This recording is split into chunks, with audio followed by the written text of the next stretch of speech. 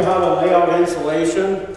On most buildings, you normally are going to have 2 layers of insulation on it. And you want to stagger your joints or seams on them. You don't want them to overlap. You have to have a 1 foot minimum distance from seam to seam or lap to lap. So as you can see, the very first cut, I cut a 3 foot piece. I took a 1 foot off the end. That's why we're good this way, and we're also good this way. So, and it doesn't matter which way you do your offset. You can do the offset on the top, or you can do it on the bottom. In this particular application, we're doing it on the bottom. So I'll go ahead and I'll show you how we lay up the next row.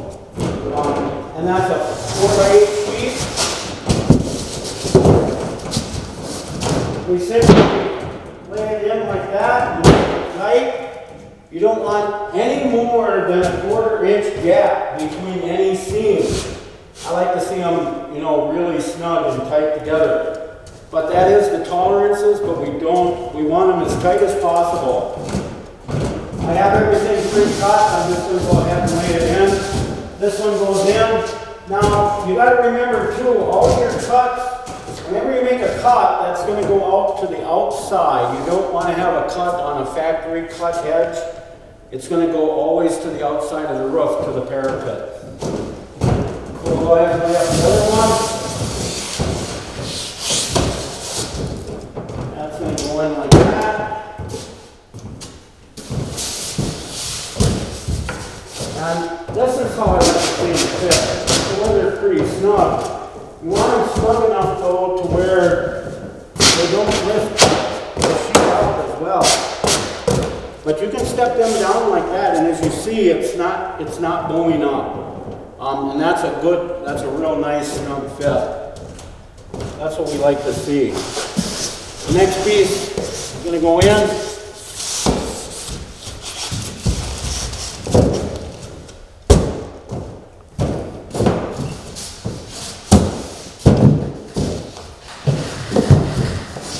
And here again, we've got a pretty nice, tight, snug fit. Now to do your top layer, we're just going to simply put this in. And as you see, we got all of our joints staggered now. We got a foot or more. There's our joint way back there. You measure it, we're just a hair over 12 inches, so that's perfect. That's what we want. And you may have to do a little trimming. A lot of times the walls on a roof, the parapets, they're not real straight, so you may have to, your important one is that first sheet you put in. If you get that cut right, everything else is going to fit right into place really nice. And remember, you always put the cut side out, so you have a factory edge. You don't want to put a cut edge next to a factory edge.